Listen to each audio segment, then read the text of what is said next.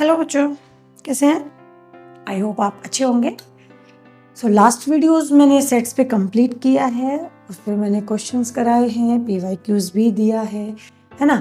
But जैसे मैंने last video में भी बताया था कि ओनली सेट्स के ऊपर क्वेश्चंस आना ज़रा मुझे ढूंढने में भी दिक्कत हुई कि खाली सेट्स पे कौन सा है जो ओनली यूजिंग वेन डायग्राम हो या ओनली सेट्स के कॉन्सेप्ट पे हो और वो मैं दे पाऊँ, क्योंकि सेट्स के क्वेश्चंस ना बच्चों रिलेशन लग के आते हैं या किसी और कॉन्सेप्ट, क्योंकि सेट छोटा है।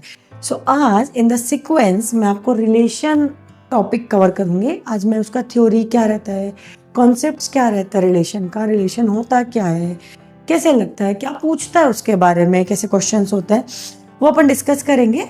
एंड फर्दर वीडियो जितना जाएंगे उसके ऊपर उसके क्वेश्चंस रहेंगे या सेट्स और रिलेशन के अगर PYQs रहेंगे तो then will discuss. Okay, so firstly अगर जैसे हम बात करें रिलेशन का, तो रिलेशन क्या रहता है? रिलेशन है ना बच्चों, आपको जैसे नाम से भी क्लियर है, रिलेशन देगा मीन्स एक्स और वाई। समझो उसने बोला एक नंबर है एक्स और वाई में एक रिलेशन है ना, तो वो एक रिलेशन देता है और आपको बताएगा कि एक्स वाई कहाँ से आ रहे हैं। सो अकॉर्डिंगली हम लोग उस रिलेशन के अकॉर्डिंगली जो भी उसने दिया, समझो उसने दिया x + y = 5, समझो उसने दिया x is less than y, समझो उसने दिया x² is greater than y, suppose कुछ भी, तो x और y जहाँ से बिलोंग करता है ना, उसके अकॉर्डिंगली मेरे रिलेशन के पेयर बनते हैं। मतलब किस x के लिए क्या y एग्जिस्ट कर रहा है, कौन सा x कितना y दे रहा है, कितना आंसर दे रहा है, उसके हिसाब से ऑर्डर पेयर बनते हैं रिलेशन के अंदर। तो हम उनको बोलते हैं ऑर्डर पेयर। रिलेशन लाइक ऐसा सेट्स के फॉर्मेट में डिफाइन होता है और ऐसे पेयर्स बन जाते हैं। ये जो पेयर्स है ना, ये पेयर्स आपके रिलेशन के अकॉर्डिंगली बनते हैं। तो ऑब्वियसली जैसे रिलेशन चेंज होगा उस अकॉर्डिंगली ये आपके पेयर्स चेंज हो जाएंगे। एक्स और वाई कहाँ से आ रहा है उसके अकॉर्डिंगली ये चेंज हो जाएंगे। तो समझो एक ए सेट है और एक बी सेट है, ये दो सेट है। समझो मेरा x बिलोंग्स टू a है और y बिलोंग्स टू b है।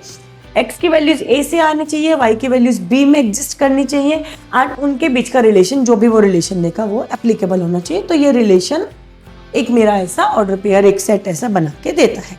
सो जो रिलेशन का सेट होता है ना, this is subset of a cross b। a cross b मतलब कार्टेशियन प्रोडक्ट होता है दो सेट्स का। ये क्या होता है a क्रॉस b कि ए के एलिमेंट है ना, हर एक एलिमेंट समझो ए के कुछ भी एलिमेंट दिए ना, वो हर एक एलिमेंट 1 by 1 पेयर होता है with B, that is A cross B. और अगर समझो बी क्रॉस ए की बात करें तो बी के एलिमेंट्स पेयर होंगे with A, that is B cross A. तो जो ये आर का जो ये सेट बनता है ना रिलेशन का, that is the subset of A cross B. अगर ऐसा नहीं है, समझो आर में कोई ऐसा ऑर्डर पेयर है जो मेरे ए क्रॉस बी नहीं जा रहा है, तो फिर वो आपका रिलेशन नहीं होगा, क्योंकि रिलेशन x to y जा रहा है, x यहाँ से आ रहा है, y यहाँ से आ रहा है। तो a क्रॉस b जो भी सेट्स बनेंगे ऑब्वियसली सारे बनेंगे ना, इसका हर एलिमेंट इससे पेयर कर रहा है, इसका हर एलिमेंट इससे पेयर कर रहा है। सो अगर वो उसका सबसेट नहीं कुछ डिफाइन है, मतलब वो इसमें से नहीं आ रहा है, और अगर इसमें से नहीं आ रहा है तो वो रिलेशन कैसे हुआ उसके बीच का। अंडरस्टूड? तो मैं इस रिगार्डिंग यहाँ पे दो एग्जाम्पल लिख रहा हूँ ताकि आपको ये चीज क्लियर हो। जैसे उसने दिया है ए, बोला है 1 to 4 एंड एक बी सेट दिया है 4,6 और उसने रिलेशन उसका दिया है, रिलेशन का सेट बना के दिया है 1,4 1,6 2,4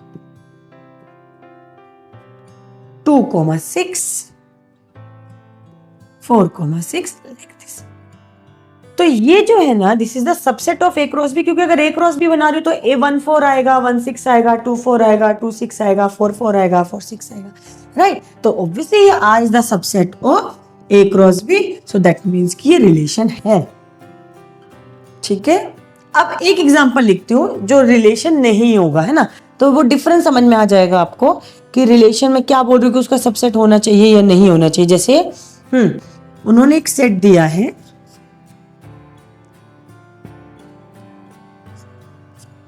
एक ए सेट दिया है बच्चों उन्होंने 1 2 3 और बी सेट दिया है उन्होंने। ये रिलेशन पेयर हम बना भी सकते हैं जब वो आपको रिलेशन मेंटेन करके देगा कि हाँ एक्स और वाई के बीच ये रिलेशन है, एक्स यहाँ से आ रहा है, समझो वाई यहाँ से आ रहा है। सो अकॉर्डिंगली हम वो रिलेशन पेयर बना सकते हैं और वो बनवाएगा भी आपसे। हाँ 2 3 5 7 वो भी मैं करके दिखाऊंगी कैसे करते हैं। ये ए क्रॉस बी दिया, अभी जस्ट मैं बता रही हूँ कि जो मैं ये चीज लिखी है ना इसका मतलब क्या है और ये कहाँ कैसे दिखता है कि नहीं है या है व्हाटएवर। और इन्होंने इसके साथ में एक आर रिलेशन सेट दिया है 2,3, 3,5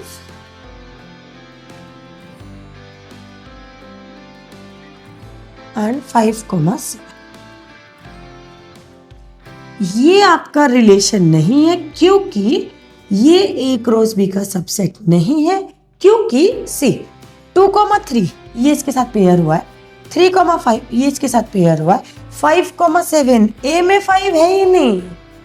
ये 5,7 अभी अगर मैं बोल रही हूँ ए क्रॉस बी से बन रहा है तो ये ए का एलिमेंट है, ये बी का एलिमेंट है, सो दैट मीन्स कि ये ए का एलिमेंट है, बट 5 तो ए में है ही नहीं, तो 7 इसका है, दैट इज ट्रू, बट 5 इसमें है ही नहीं, तो ये किससे पेयर हुआ, ये कैसे पेयर हुआ, मतलब ये इसका सबसेट है ही नहीं, ये कोई और ए सेट है जिसमें 5 एलिमेंट है, देन वो इसके साथ पेयर हुआ तो ये उस पे है, ये इसका रिलेशन नहीं कंसिडर होगा।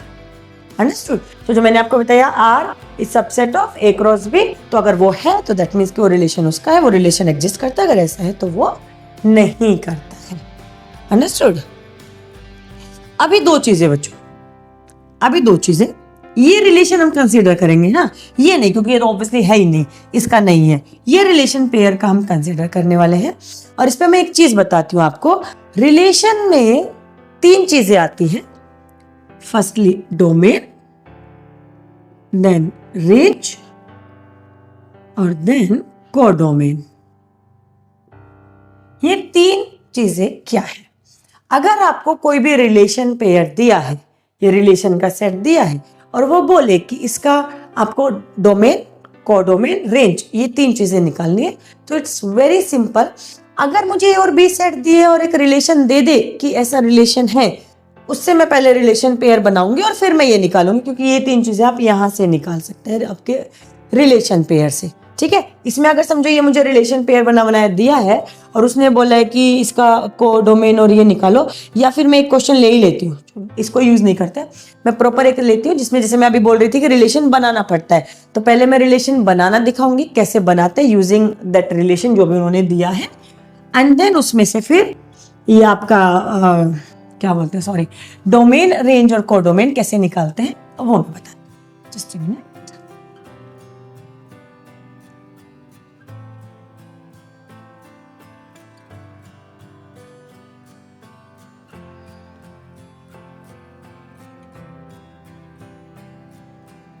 सो उसने क्वेश्चन दिया है बच्चों, एक ए दिया है 1 2 3 7। अरे ये तो बहुत गीला है अभी।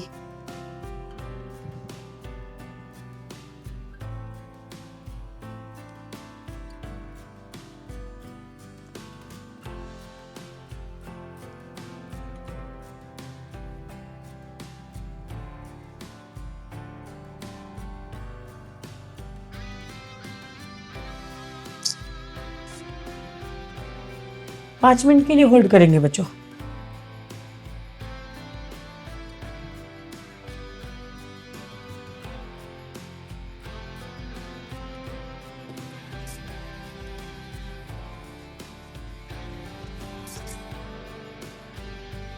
ओके, सो समझो उसने एक ए दिया है 1 2 3 7, ये एक ए का एलिमेंट है, एंड उसने एक बी सेट दिया है 3,6, एंड उसने बोला है let A related to B means A less than B.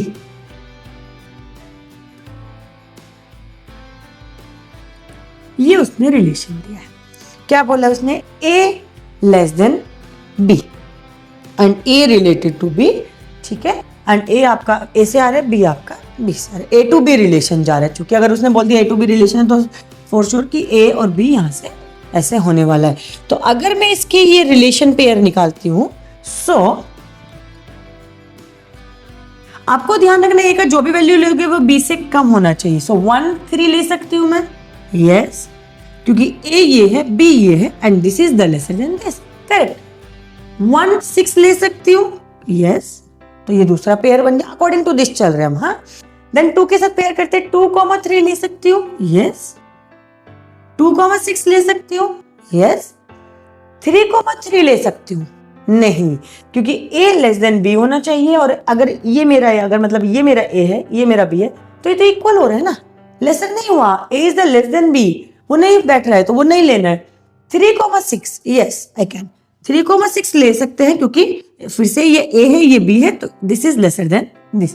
तो हमारे ये कंडीशंस पे जाना चाहिए आपका रिलेशन पे, एंड ए बी यहाँ से आ रहे हैं, ये भी ध्यान रखना है। इसके आउटर चले जाएंगे तो फिर वही जैसे मैंने पहले बताया, रिलेशन ही नहीं बनेगा।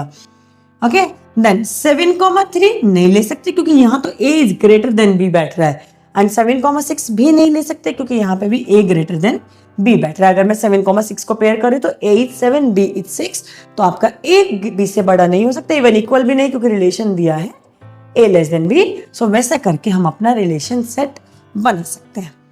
तो ये मैंने रिलेशन सेट बनाया, समझ में आया आपको? अभी मैं इसमें से ये 3 चीजें बताती हूँ कि आपका इसमें डोमेन, कोडोमेन और रेंज क्या होगा। सबसे पहले बात करते हैं डोमेन की। डोमेन जो है ना, डोमेन इज, अभी जैसे ये रिलेशन जा रहा है a टू b में, तो मैं a और b के टर्म्स में बात करती हूँ। a के वो वैल्यूज जो रिलेशन पेयर के लिए यूज्ड हुए हैं। ऐसा मैंने क्यों बोला?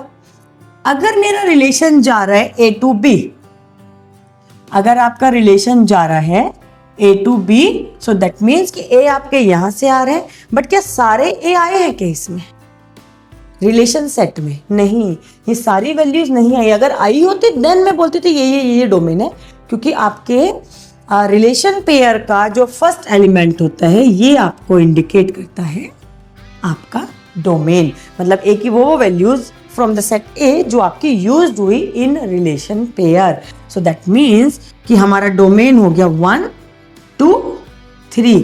रिपीटेड नहीं लिखेंगे बच्चों, रिपीटेड नहीं लिखते। इसमें दोनों आए हैं कि 1 इसके साथ भी 1 इसके, बट हम लिखेंगे एक ही बार, क्योंकि डोमेन वो x का वैल्यू तो एक ही यूज हुआ है ना, and domain is the set. Set में रिपीटेड नहीं आती वैल्यूज, जो वैल्यूज यूज हुई बस वो एक बार लिखना है। ओके, नेक्स्ट आया रेंज।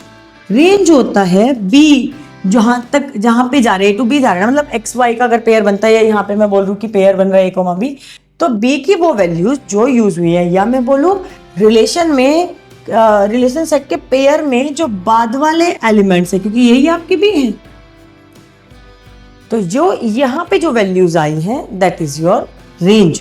तो हमारा रेंज हुआ 3,6, क्योंकि 3 आ रहा है या तो 6 आ रहा है। क्लियर? ये हमारा रेंज हुआ। अभी बात करते हैं कोडोमेन की। अभी ध्यान से सुनना है बच्चों आपको।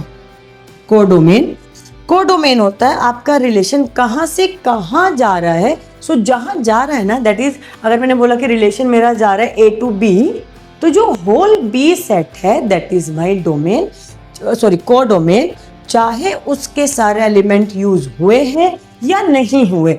इस केस में सारे एलिमेंट यूज हुए, मतलब b में 2 ही एलिमेंट थे 3,6, और दोनों के दोनों एलिमेंट आपके according to the relation set में आए हैं। बट अगर समझो इसमें कुछ ऐसा होता जो मेरे रिलेशन सेट में नहीं आ पाता, जैसे डोमेन के भी छूट गए ना, 7 नहीं यूज हुआ है तो वो मेरे डोमेन में नहीं आया है, तो जरूरी नहीं है कि रिलेशन पेयर बनाते हुए बी के सारे एलिमेंट आपके यूज हो।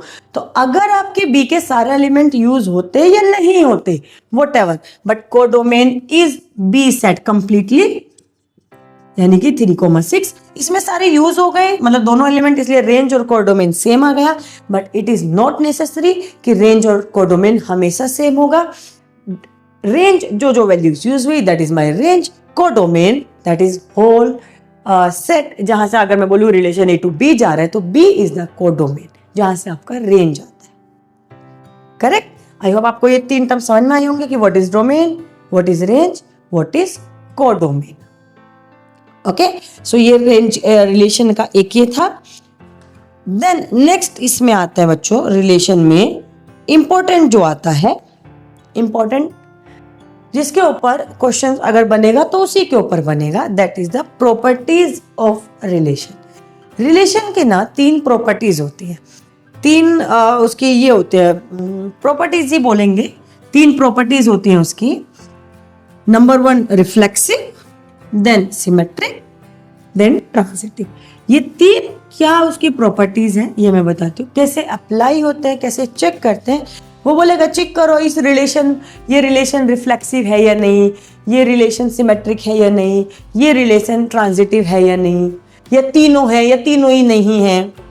ओके, सो आपको एक रिलेशन देगा और वो हमें चेक करना होगा। सो पहले हम समझते हैं प्रॉपर्टीज क्या है। हमें उनका मतलब समझ में आएगा, वो प्रॉपर्टीज पता होंगी, तभी ना मैं चेक कर पाऊंगी कि ये रिलेशन पे ये लग रहा है कि नहीं। अगर वो लग रहा है दैट इज करेक्ट, ठीक है, वो उसको लग रहा है, वो उसकी प्रॉपर्टीज में आता है। So number 1 is reflexive. Reflexive क्या होता है?